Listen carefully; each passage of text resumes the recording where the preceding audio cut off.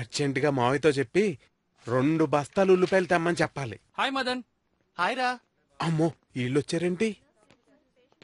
Hi hi hello Madan. Hi Lakshmi garu. అసలు ఏం జరిగిందిరా?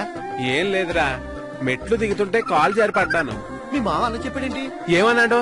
మా ఆవిడ కాలుతో తన్నిందని చెప్పాడా? నో నో నో నో, అలాంటిది ఏమీ లేదు. మా ఆవిడేం కాలుతో తనలేదు, నేనే కాలు జారి పడ్డాను. ఏంటి అలా చూస్తున్నారు? మీ ఆవిడ కాలుతో తన్నిందా? మీ మామ బాత్రూమ్ లో కాలు జారి పడ్డామని చెప్పాడు. అలా చెప్పాడా?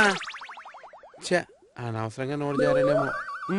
నీ వాళ్ళకొని చూస్తుంటే బ్రెయిన్ కి డ్యామేజ్ అయినట్టుందిరా. ఎందుకని మంచిది బ్రెయిన్ కి స్కానింగ్ చేయించుకో. విజయ్ ఒక్క నిమిషం మాట్లాడదంటరా.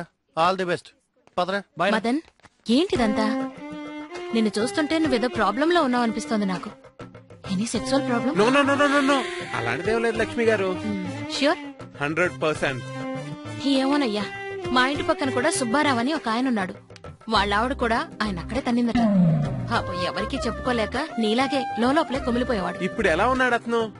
ఉంటే గదా. ఏ పోయాడా?